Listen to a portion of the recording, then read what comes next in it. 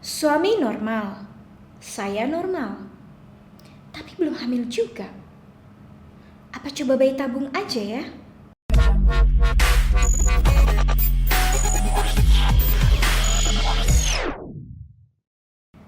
Bayi tabung merupakan metode kehamilan yang digolongkan sebagai assisted reproduction technology, atau bahasa Indonesianya adalah teknologi reproduksi berbantu. Sebenarnya ada beberapa metode kehamilan berbantu lainnya, diantaranya inseminasi buatan, bayi tabung, dan ICSI. Sebelum membahas mengenai teknologi reproduksi berbantu, mari saya jelaskan secara singkat mengenai proses kehamilan normal. Sel telur dihasilkan di sini. Setiap bulannya, pada masa subur, sel telur yang matang akan dilepas oleh indung telur. Proses ini disebut dengan ovulasi. Kemudian akan ditangkap oleh fimbre. Lalu, sel telur akan berjalan melalui saluran ini yang disebut dengan tuba falopi. Adapun sperma akan masuk melalui vagina di sini. Kemudian masuk ke rahim melalui serviks dan terus bergerak menuju tuba falopi.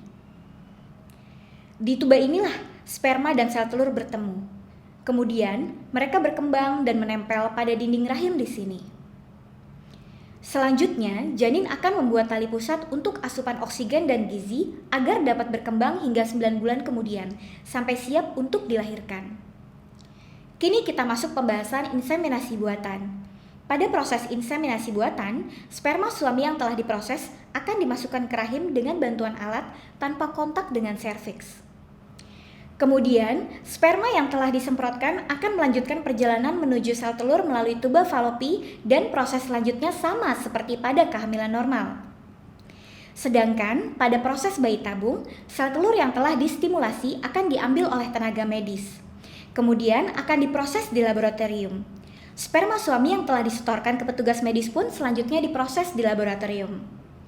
Sperma dan sel telur yang telah melalui proses tersebut akan diletakkan pada sebuah wadah agar mereka dapat bertemu dan terjadi pembuahan. Sel telur yang telah dibuahi akan dikembangkan hingga sekitar 1 hingga 2 hari, kemudian dengan bantuan alat akan diletakkan pada rahim istri dengan harapan akan menempel pada dinding rahim. Untuk teknik ICSI, secara umum sama seperti proses bayi tabung. Namun, perbedaannya terletak pada saat sperma dan sel telur berada di laboratorium. Sperma tersebut disuntikan langsung ke dalam sel telur, sehingga pembuahan sperma dan sel telur dapat terjadi secara langsung. Hal ini dilakukan pada pasien dengan kualitas sperma yang kurang baik, namun lebih efektif, meskipun secara biaya lebih tinggi daripada metode bayi tabung biasa. Pada kebanyakan kasus, bila sperma suami dan organ reproduksi istri normal, banyak dokter yang menyarankan untuk melakukan inseminasi buatan tanpa memeriksakan status imunologi pasien.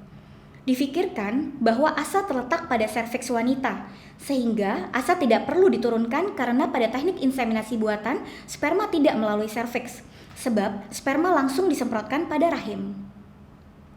Namun ada pula hal yang penting di sini, bahwa dari sisi imunologi, embrio dan janin merupakan benda asing bagi tubuh istri. Pada pasien yang memiliki potensi gangguan imunologi, meskipun sperma telah bersatu dengan sel telur, zigot akan sulit menempel pada dinding rahim. Pada zigot yang berhasil menempel pada dinding rahim, hendaknya zigot yang menjadi janin tersebut dapat bertahan hingga kurang lebih 9 bulan masa kehamilan.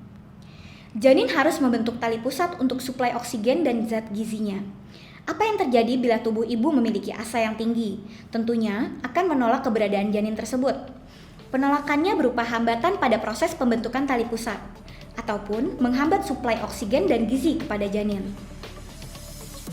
Hal itu akan mengakibatkan keguguran berulang ataupun kelainan bawaan berupa cacat mental dan cacat fisik karena malnutrisi. Hal tersebut merupakan hal yang harus kita hindari.